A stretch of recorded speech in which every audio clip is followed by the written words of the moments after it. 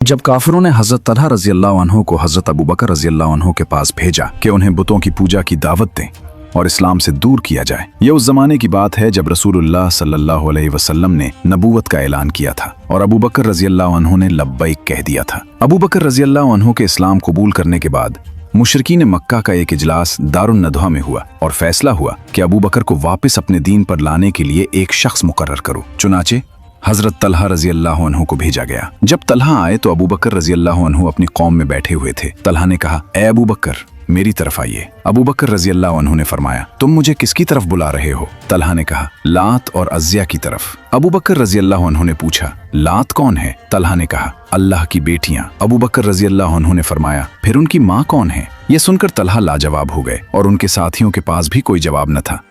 खौफनाक खामोशी छा गई। फिर तलहा रजी अल्लाह अन्हु ने दोबारा पुकारा, ए अबू बकर, खड़े हो जाइए। मैं गवाही देता हूं कि अल्लाह के सिवा कोई माबूद बरहक नहीं और मोहम्मद सल्लल्लाहु अलैहि वसल्लम अल्लाह के रसूल हैं। अबू बकर रजी अल्लाह अन्हु ने खुशी से तलहा का हाथ पकड़ा और आप सल्लल्लाहु अलैहि वसल्लम की जानिब चल दिए।